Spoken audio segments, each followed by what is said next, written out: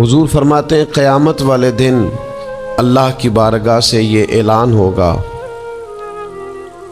کہ کہاں ہیں وہ لوگ جو میری رضا کے لیے آپس میں محبت کیا کرتے تھے۔ رب فرمائے گا جب آج میرے عرش کے سائے کے علاوہ کوئی سایہ نہیں ہے تو میں انہیں اپنے عرش کا سایہ عطا کروں گا، کیونکہ وہ میری رضا کے لیے آپس میں دوستی کرتے، میری رضا کے لیے انہوں نے آپس میں محبت کی۔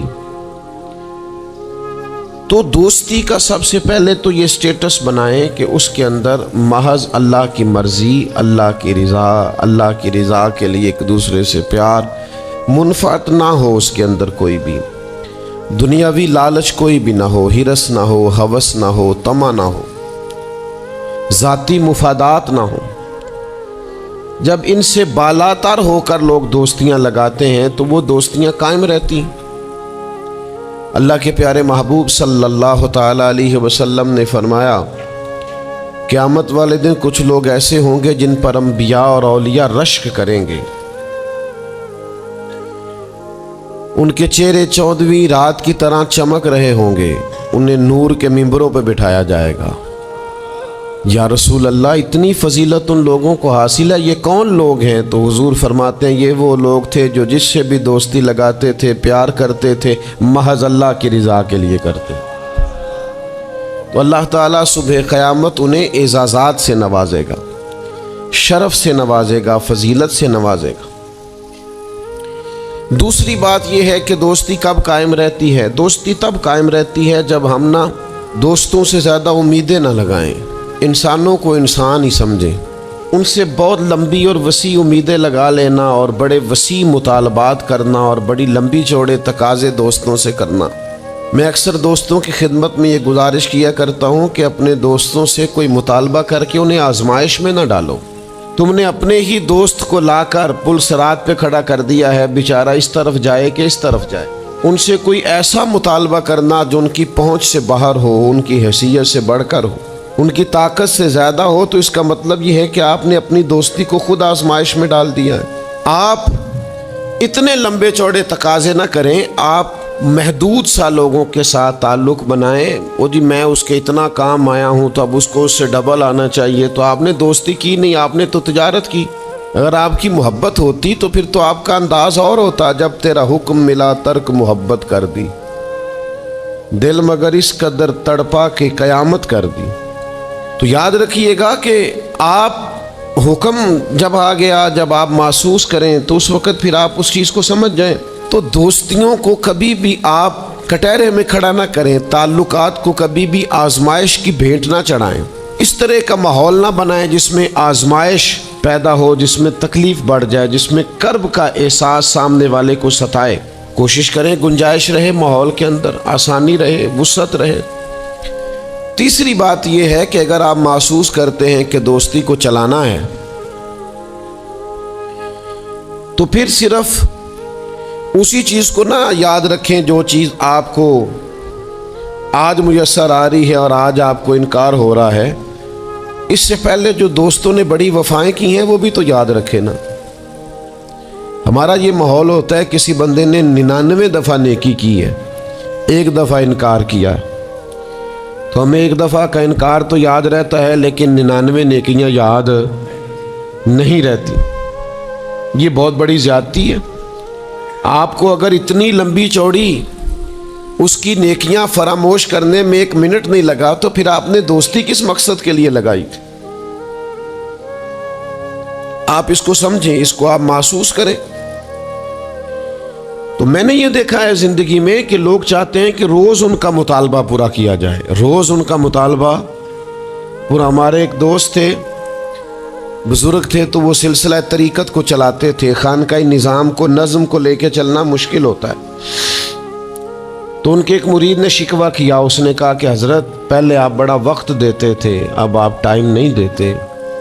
تو فرمانے لگے پہلے میرے بچے 1-2 تھے، اب درجنوں میں ہو گئے، اب وقت بٹ کے ملے گا نا۔ والد پہلے ایک پر توجہ دیتا ہے، بچے 4 ہو جائیں تو ٹائم تقسیم، بات کی سمجھ آ رہی ہے؟ تو وقت تقسیم ہو کے ملے گا نا. جب بچے بڑھ جاتے ہیں اور فرمانے لگے ابھی تو میرے سمجھ لو 10-15 بچے ہیں، تو جب پوتے نواسے نواسیاں ہو گئے تو یہ اور زیادہ بڑھ جائے گا، پھر اس میں اور زیادہ تقسیم کار ہو جائے گی. تو پھر اس طرح کر کے ماحول میں تقسیم ہو جاتی، اور یہ ہوتا ہے. یہ ایک صورت ہے. آپ دیکھیے نا، کبھی ایسا بھی ٹائم تھا حجر اسود پر کہ اس کو ہاتھ لگا کے آپ چوم لیتے تھے، اور ڈھیروں وقت صحابہ اس پر چہرے رکھ کے رویا کرتے تھے. پھر ایسا وقت آیا کہ چھڑی لگا لو بھائی، چھڑی لگا کے پیچھے ہٹ جاؤ. اور اب ایسا ٹائم ہے کہ آپ دور سے استلام کر لیں. اب اگر آپ کہیں کہ مسلمان دیکھو جی حجر اسود کو تو ہاتھ لگانے کا موقع ہی نہیں مل رہا، تو بھئی نبی پاک نے تو فرمایا میں قیامت والے دن کثرت امت پر فخر کروں گا کہ میری امت زیادہ ہے. تو یہ تو تعداد کا بڑھنا، یہ تو کثرت کا ہونا، یہ تو باعث ناز اس کو سرکار نے کہا. اب آپ دائروں میں محدود کرنا چاہتے ہیں، آپ اس طرح کا ماحول بنانا چاہتے ہیں کہ کوئی شخص مقید ہو جائے، وہ اس دائرے سے باہر نہ نکلے، تو یہ تو بات درست نہیں ہے. تو کوشش کرنے کا مقام یہ ہے کہ آپ دوسروں کے لیے بھی گنجائش پیدا کریں، دوسروں کے لیے بھی آسانی کرنے کی کوشش کریں، پھر تعلق برقرار. اور پھر آپ پچھلی نیکیاں بھی تھوڑی یاد رکھیں کہ اس سے پہلے اس نے بڑی نیکی کی، بڑی محبت کی، تو پچھلی نیکیاں بھی دوستوں کی یاد رکھیں. صحیح بخاری سے ایک حوالہ عرض کرتا ہوں. نبی پاک صلی اللہ تعالیٰ علیہ وسلم کا نا ایک راز لیک ہو گیا. حضور مکہ مکرمہ پر حملہ کرنا چاہتے تھے، تو ایک خط لکھ کے دیا گیا ایک عورت کو کہ جا کے پہلے سے آگاہ کر دو مکے والوں کو کہ تم پر حملہ ہونے والا ہے. اس عورت نے وہ خط اپنے بالوں میں چھپایا اور وہ نکل گئی. اللہ تعالیٰ نے محبوب پاک کو اطلاع دی. حضور علیہ الصلوۃ والسلام نے حضرت مولا علی کو 2 صحابہ کے ساتھ بھیجا. فرمایا مقام خاک پر تمہیں ایک بی بی ملے گی، اس کے پاس سے خط ہے جو کفار کی طرف جا رہا ہے، اسے گرفتار کرو، وہ خط لے لو اور واپس آ جاؤ.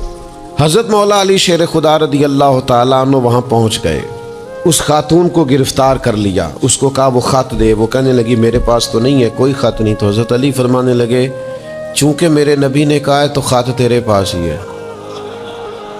ہاں، ساڈے نبی دی زبان ساڈے واسطے قرآن، وہ زبان جس کو سب کن کی کنجی کہیں، اس کی نافذ حکومت پہ لاکھوں.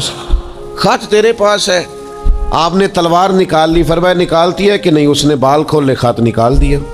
وہ خط جب کھولا تو خط لکھا تھا حضرت حاتم بن ابی بلتع رضی اللہ تعالیٰ عنہ، بدری صحابی. وہ خط لے کے آ گئے، نبی پاک کی بارگاہ میں پیش کیا. حضور نے خط کھولا. حضرت عمر کہنے لگے مجھے اجازت دے میں اس کی گردن کاٹوں، اس نے ہمارا راز فاش کیا ہے. کتنی بڑی بات ہے. قرآن مجید کی سورہ ممتحنہ اس وقت نازل ہوئی تھی جب یہ واقعہ ہوا تھا. اللہ کے حبیب علیہ السلام نے فرمایا عمر ٹھہر جا، اتنی جلدی نہ کر، اس بندے کی وفات تو دیکھ، یہ بدر میں بھی تلوار لے کے ہمارے ساتھ گیا تھا، بدری صحابی ہے.